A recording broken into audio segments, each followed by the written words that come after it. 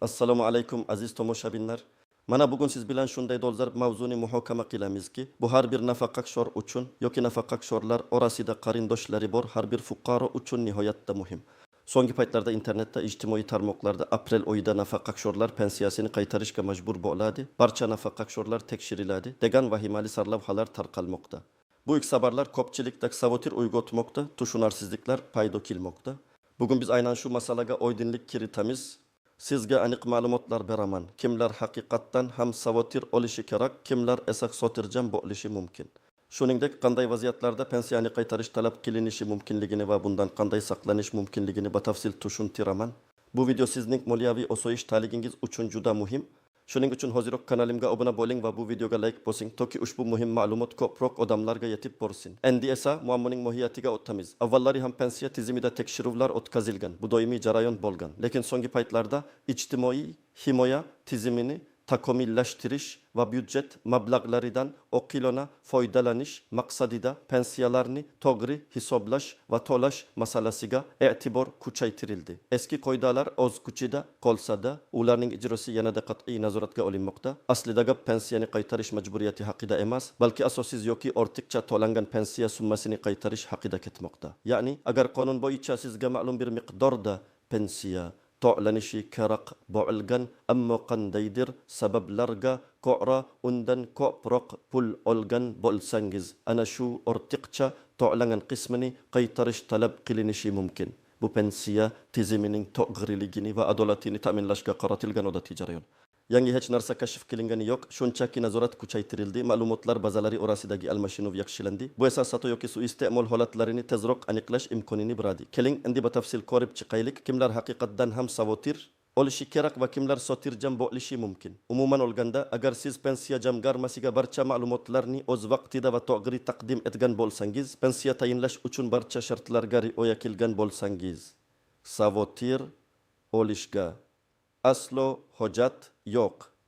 Siz hech qanday pensiyani qaytarishga majbur bo'lmaysiz. Lekin agar sizda quyidagi holatlardan biri yuzaga kelgan bo'lsa, diqqatli bo'lishingiz va o'z ma'lumotlaringizni tekshirishingiz zarur. Birinchi misol, falonchi amaki 65 yoshda, unga yoshi bo'yicha pensiya tayinlangan. Pensiya oluvchilar orasida ishsizlik nafaqasi bilan birga beriladigan qo'shimcha imtiyozlar ham mavjud bo'lishi mumkin. Falonchi amaki pensiyaga chiqqandan so'ng qonun bo'yicha ishlash huquqiga ega bo'lsa-da, ba'zi pensiya turlari uchun bu pensiya miqdoriga ta'sir qilishi mumkin.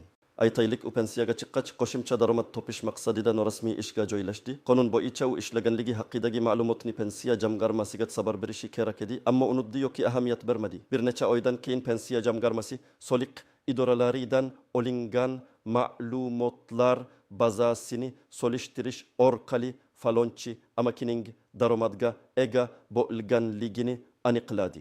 Natijada unga 6 oy davomida har oyda ortiqcha 200 ming so'mdan pensiya to'langanligi ma'lum bo'ldi. Jami 1,200,000 so'm. Bu holda falonchi amakidan ana shu ortiqcha to'langan summani qaytarish talab qilinishi mutlaqo qonuniy hisoblanadi. Chunki u o'zining mehnat faoliyati haqidagi ma'lumotni yashirgan. Bu yerda falonchi amakining ishlaganligi emas, balki pensiya jamg'armasiga o'z vaqtida xabar bermaganligi muammo hisoblanadi. Ikkinchi misol, pistonchi buvi vafot etganidan keyin uning pensiyasini olishda davom etish holatlari. Ba'zida marhumning yaqinlari, ayniqsa birga yashagan oila a'zolari o'z vaqtida pensiya jamg'armasiga vafot etganlik haqida xabar bermay, pensiya kartasidan pul yechib olishda davom etishadi. Tasavvur qiling, pistonchi buvi sentyabr oyida vafot etdi. Uning farzandlari bu haqda pensiya jamg'armasiga xabar bermadi. Natijada oktyabr, noyabr, dekabr oylarida ham uning hisobiga pensiya puli tushishda davom etdi. Bu pullar marhumning kartasidan yechib olindi. Pensiya jamg'armasi FHR ma'lumotlar bazasi, fuqarolik holati dalolatnomalarini qayd etish bilan ma'lumotlarni solishtirganda pistonchi buvining vafot etganligini aniqladi. Bu vaziyatda 3 oy davomida to'langan har biri 1 million so'mdan bo'lgan jami 3 million so'm pensiya ortiqcha to'langan hisoblanadi. Pensiya jamg'armasi marhumning yaqinlaridan, ya'ni ushbu pullarni olgan shaxslardan bu summani qaytarishni talab qiladi. Bu konum bo'yicha to'g'ri hisoblanadi, chunki pensiya faqat tirik fuqarolarga to'lanadi. 3-misol, nogironlik pensiyasi bilan bog'liq holatlar. Aytaylik, Gulchehra opa 3 guruh nogironligi bo'yicha pensiya oladi. Ma'lum bir muddatdan so'ng tibbiy ko'rikdan o'tishi va nogironlik guruhini tasdiqlashi kerak edi. Ammo Gulchehra opa belgilangan muddatda tibbiy ko'rikka bormadi yoki o'tdi, ammo uning nogironlik guruhi olib tashlandi, lekin u bu haqda pensiya jamg'armasiga xabar bermadi. Natijada Gulchehra opaga nogironlik pensiyasi keyingi 4 oy davomida ham to'lanishda davom etdi. Har oy 200 ming so'mdan jami 3 ming so'm. Bu yerda ham ortiqcha to'langan summa qaytarilishi kerak bo'ladi. Chunki pensiya tayinlanishiga asos bo'lgan sharoit nogironlik mavjudligi o'zgargan va bu haqda tegishli organ xabardor qilinmagan. 4-misol, boquvchisini yo'qotganlik pensiyasi bilan bog'liq vaziyat. Yozuvchi akamizning turmush o'rtog'i vafot etganidan so'ng uning voyaga yetmagan bolalariga boquvchisini yo'qotganlik pensiyasi tayinlangan edi. Bu pensiya bolalar 16 yoshga to'lguniga qadar to'lanishi kerak. Ammo bolalarning otasi, ya'ni yozuvchi akamiz keyinchalik boshqa ayolga uylandi va bu oilaning tarkibi o'zgardi. Qonun bo'yicha oila tarkibidagi bunday o'zgarishlar pensiya jamg'armasiga ma'lum qilinishi lozim edi. Chunki bu pensiyaning miqdoriga yoki hatto to'lanishiga ta'sir qilishi mumkin. Yozuvchi akamiz bu ma'lumotni pensiya jamg'armasiga bildirmadi va bolalarga to'langan pensiya summasi o'zgarishsiz qoldi. Bir yil o'tib, pensiya jamg'armasi FHHAR ma'lumotlari orqali yozuvchi akamizning qayta turmush qurganini aniqladi. Bu vaziyatda agar yangi oilaviy ahvol pensiya miqdoriga ta'sir qiladigan bo'lsa, bir yil davomida ortiqcha to'langan summa, masalan, har oy 500 ming so'mdan 6 million so'm qaytarilishi talab qilinishi mumkin. 5-misol, noto'g'ri ma'lumotlar taqdim etish. Ba'zida fuqarolar pensiya hisoblashda ish stajini yoki ish haqi miqdorini oshirib ko'rsatuvchi so'xta ma'lumotlar, hujjatlar taqdim etishadi. Aytaylik, Bobur aka pensiya tayinlashda o'zining umumiy ish stajiga do'yi lidtandanin qapatta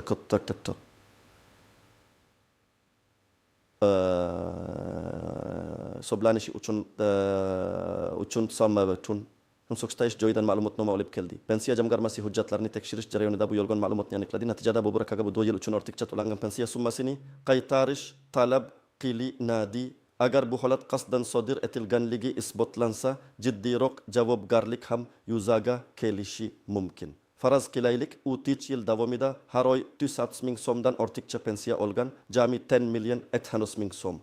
Bu summa undan undiriladi. 6-misol, 2 pensiyani bir vaqtda olish. Ba'zi fuqarolar bir vaqtning o'zida 2 davlatdan pensiya olishlari mumkin. Agar davlatlar o'rtasida tegishli kelishuvlar mavjud bo'lmasa yoki fuqaro bu haqda xabar bermagan bo'lsa. Masalan, fuqaro Rustam aka Rossiyada ishlagan va u yerda ham pensiya oladi. O'zbekistonda esa yoshi bo'yicha pensiya tayinlash uchun ariza berganida Rossiyadagi pensiya olishi haqidagi ma'lumotni yashirgan. Bu holatda agar qonunchilikda 2 pensiyani bir vaqtda olish taqiqlangan bo'lsa yoki biridan voz kechish talab etilsa, Rustam akadan O'zbekistonda ortiqcha olingan pensiya summasini qaytarish talab qilinishi mumkin. Bu holatda pensiya jamg'armasi davlatlararo ma'lumot almashinuv mexanizmlari orqali yoki boshqa usullar bilan bu ma'lumotni aniqlashi mumkin. Agar u bir yil davomida har oy 700 ming so'mdan ortiqcha olgan bo'lsa, jami 8 million 400 ming so'mni qaytarishi kerak bo'ladi. Endi esa istisno holatlar, e'tibor berish lozim bo'lgan jihatlar va uncha ochiq ko'rinmaydigan nozik nuanslar haqida gaplashamiz. Barcha holatlarda ham ortiqcha to'langan pensiya summasini qaytarish talab qilinmaydi. Bu juda muhim nuqta. Birinchi va eng muhim istisno. Agar ortiqcha to'lov pensiya jamg'armasi satosiga ko'ra yuzaga kelgan bo'lsa va nafaqa sho'rning bu satoga aloqasi bo'lmasa, ya'ni u bilmagan holda ortiqcha summa olgan bo'lsa, bu pulni qaytarish talab qilinmaydi. Misol uchun pensiya jamg'armasi iqtisodiymi sizning ish stajingizni noto'g'ri hisoblab pensiya miqdorini oshirib yuborgan. Siz esa bunga e'tibor bermagan va tegishli ma'lumotlarni o'z vaqtida taqdim etgan edingiz. Keyinchalik soati aniqlansa, sizdan bu pulni qaytarish talab qilinmaydi. Chunki qisqato pensiya jamg'armasi tomonidan sodir etilgan va sizda suiiste'mol qilish niyati bo'lmagan. Bunday holatlarda pensiya jamg'armasi kelgusi oylik pensiya miqdorini tuzatadi va tog'ari summani to'lay boshlaydi, ammo oldingi ortiqcha to'langan pullarni sizdan undirmaydi. Ikkinchi nuans pensiyani undirish muddatlari. Agar pensiya jamg'armasi o'zining satosi tufayli ortiqcha to'lovni amalga oshirgan bo'lsa va bu satoda sizning aybingiz bo'lmasa, unda bunday ortiqcha to'langan summani 3 yildan keyin undirish talab qilinmaydi. Ya'ni agar 3 yildan ko'proq vaqt o'tgan bo'lsa, bu summani pensiya jamg'armasi sizdan talab qila olmaydi. Lekin agar ortiqcha to'lov nafaqaxo'rning aybi bilan, masalan, noto'g'ri ma'lumotlarni qasddan yashirishi yoki so'xta hujjatlar taqdim etishi natijasida yuzaga kelgan bo'lsa, unda undirish muddatlari cheklanmagan bo'lishi mumkin. Ya'ni agar suiiste'mol isbotlansa, pensiya summasini istalgan vaqtdan boshlab undirish huquqi mavjud bo'ladi. Uchinchi jihat, undirish jarayoni va ijtimoiy himoya. Agar ortiqcha to'langan summa aniqlansa va uni qaytarish talab qilinsa, pensiya jamg'armasi sizga rasmiy xabarnoma yuboradi. Bu xabarnomada ortiqcha to'lov miqdori, sabablari va qaytarish tartibi ko'rsatiladi. Sizga bu summani ixtiyoriy ravishda qaytarish taklif etiladi. Agar siz ixtiyoriy ravishda qaytarmasangiz, pensiya jamg'armasi keyingi pensiya to'lovlaridan ushlab qolish huquqiga ega. Ammo bu yerda ham muhim cheklovlar mavjud. Odatda pensiyadan ushlab qolinadigan summa har oyda pensiyaning 50%dan oshmasligi kerak. Bu sizning minimal turmush darajangizni saqlab qolish uchun belgilangan ijtimoiy himoya mexanizmi hisoblanadi. Agar summa juda katta bo'lsa va siz pensiyadan ushlab qolishga rozi bo'lmasangiz, masala sud tartibida hal qilinishi mumkin. Sud qarori bilan ham odatda bu foiz cheklovlari hisobga olinadi. To'rtinchi noziklik, ma'lumotlarning almashinuvi. Hozirgi kunda davlat organlari orasida ma'lumotlar almashinuvi juda yaxshi yo'lga qo'yilgan. Fuqarolik holati dalolatnomalari, tugilish, o'lim, nikoh, soliq organlari ma'lumotlari, ish haqi daromadlar, bandlik organlari ma'lumotlari, ishga joylashish, ishsizlik holati, nogironlikni aniqlovchi tibbiy mehnat ekspert komissiyalari, temek ma'lumotlari va boshqa ma'lumotlar bazalari bir-biri bilan integratsiyalashgan. Bu esa pensiya jamg'armasiga fuqarolarning pensiya huquqiga ta'sir qiluvchi har qanday o'zgarishni tezda aniqlash imkonini beradi. Shuning uchun pensiya jamg'armasidan biror narsani yashirish yoki unutilib ketadi deb o'ylash mutlaqo noto'g'ri. Ma'lumotlarning ochiqligi va almashinuvi bugungi kunda juda yuqori darajada. So'sh, endi eng muhimi, siz nima qilishingiz kerak? Qanday amaliy qadamlarni qo'yish lozim? Birinchi qadam, sotirjamlikni saqlang va vahimaga tushmang. Agar sizga ortiqcha to'langan pensiya summasi haqida ogohlantirish yoki xabarnoma kelsa, vahimaga tushmang. Bu hali hammasi tugadi degani emas. Ma'lumotni diqqat bilan o'rganing. Ikkinchi qadam, pensiya jamg'armasi yoki ijtimoiy himoya agentligiga murojaat qiling. Sizga yuborilgan xabarnoma asosida darhol pensiya jamg'armasining hududiy bo'limiga yoki ijtimoiy himoya agentligiga shaxsan boring. Murojaat qilganingizda xabarnoma bilan birga shaxsiy hujjatingizni, pasportingizni olib boring. U yerda mutaxassislar sizga vaziyatni batafsil tushuntirib berishlari kerak. Siz aniqlangan ortiqcha to'lovning sababini, hisob kitobini va uning asosini so'rashingiz shart. Uchinchi qadam, hujjatlaringizni tekshiring. Agar ortiqcha to'lov sizning ma'lumotlaringizni o'zgartirmaganligingiz bilan bog'liq bo'lsa, masalan, ishga joylashish, nikoh holati o'zgarishi, nogironlik guruhining o'zgarishi, siz bu o'zgarishlarni pensiya jamg'armasiga xabar berganingizni tasdiqlovchi hujjatlarni agar mavjud bo'lsa, to'plang. Misol uchun, agar siz ishga joylashganingizni xabar bergan bo'lsangiz, bu haqda arizangizning nusxasi yoki pensiya jamg'armasining qabul qilganligi haqidagi belgisi bo'lishi mumkin. Agar sizda bunday hujjatlar bo'lmasa, mutaxassislarning tushuntirishini eshiting.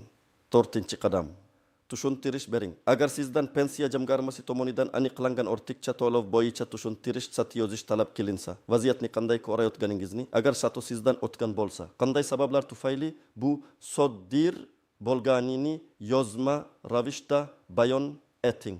Agar sizda xato bo'lmaganiga ishonsangiz, buni ham yozma ravishda ko'rsating va o'z nuqtai nazaringizni asoslang.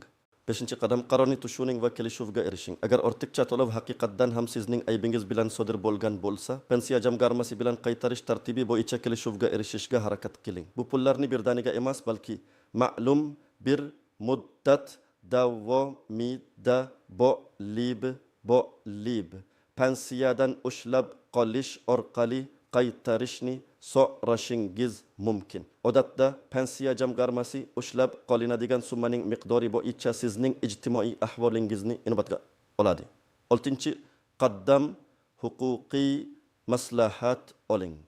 Agar vaziyat murakkab bo'lsa, pensiya jamg'armasining sulosasiga qo'shilmasangiz yoki o'zingizni huquqiy jihatdan himoya qila olmasligingizga ishonsangiz, malakali yuristda maslahat oling. Ba'zida sudga murojaat qilish yagona yo'l bo'lishi mumkin. Ayniqsa, siz o'zingizni haqli deb hisoblasangiz va ortiqcha to'lov pensiya jamg'armasining statusi tufayli yuzaga kelganiga ishonsangiz. Eng muhimi, bunday vaziyatlarga tushmaslik uchun barcha ma'lumotlarni o'z vaqtida pensiya jamg'armasiga xabar bering. Agar ishga joylashsangiz, yashash manzilingiz o'zgarsa, oilaviy ahvolingizda pensiyaga ta'sir qiluvchi o'zgarishlar bo'lsa, masalan, boquvchisini yo'qotganlik pensiyasi oluvchilar uchun darhol pensiya jamg'armasini xabardor qiling. Pensiya miqdoringizni muntazam tekshirib turing. Har oy olinadigan pensiya miqdorida kutilmagan o'zgarishlar bo'lsa, sababini so'rang. Hujjatlaringizni tartibli saqlang. Pensiya tayinlashda taqdim etgan barcha hujjatlaringizning nusxalarini, shuningdek, pensiya jamg'armasi bilan bo'lgan yozishmalaringizni saqlab qo'ying. Xulosa qilib aytganda, aziz do'stlar, pensionerlarning majburan pensiyasini qaytarishadi degan xabarlar umumiy emas. Bu faqatgina qonunchilikka zid ravishda, asossiz ravishda olingan ortiqcha pensiya pullariga tegishli. Pensiya tizimi byudjet mablag'lari hisobiga ishlaydi va uning to'g'ri ishlashi har bir fuqaroga bog'liq. Shuning uchun halol va shaffof bo'lish, o'zgarishlar haqida o'z vaqtida xabar berish juda muhimdir. Agar siz barcha qoidalarga rioya qilib halol bo'lgan bo'lsangiz,